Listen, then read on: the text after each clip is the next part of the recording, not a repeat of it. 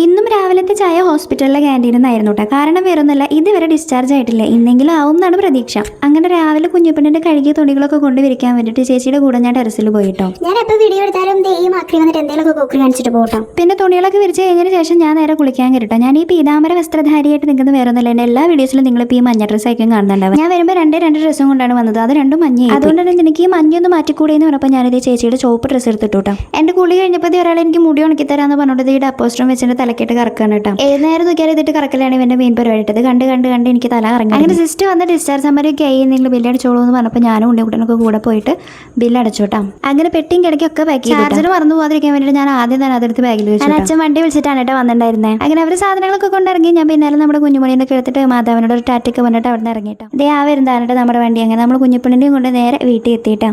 കുഞ്ഞുപെണ്ണിന്റെ നല്ല ഉറക്കായിരുന്നു കേട്ടോ. അങ്ങനെ കൊടുന്ന് കിടത്തിയപ്പോൾ ഉറക്കത്തിൽ ഇത് കറിയണം കേട്ടോ. ഇത് കാണുമ്പോൾ നമുക്ക് പാവം തോന്നും. അപ്പോൾ ഇതൊക്കെയായിരുന്നു ഇന്നത്തെ വിശേഷങ്ങൾ കേട്ടോ. അപ്പോൾ നമുക്ക് നാളെ കാണേ.